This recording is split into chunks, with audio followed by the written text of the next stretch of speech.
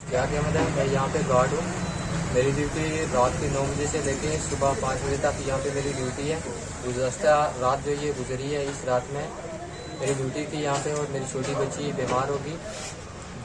एक से डेढ़ के दरमियान का ये हादसा, में घर चला गया अचानक। तो पीछे ये हादसा हुआ कि कुछ लुटेरे आए, उन्होंने ATM लूटने की कोशिश की और आधे घंटे के अंदर मैं रिटर्न वापस आया। जब उन्होंने मुझे देखा तो उन्होंने भागने की कोशिश की, वो यहीं से भाग गए। तो उनका मैंने पीछा भी किया और बस स्टैंड से 2 बंदे जो मैंने रिकवर किए वो पकड़े, उनको पुलिस के हवाले किया। पुलिस वाले बोल रहे हैं एक आदमी है जो वो पुलिस वाले से भाग गया, तो एक अंदर ही है पुलिस स्टेशन में।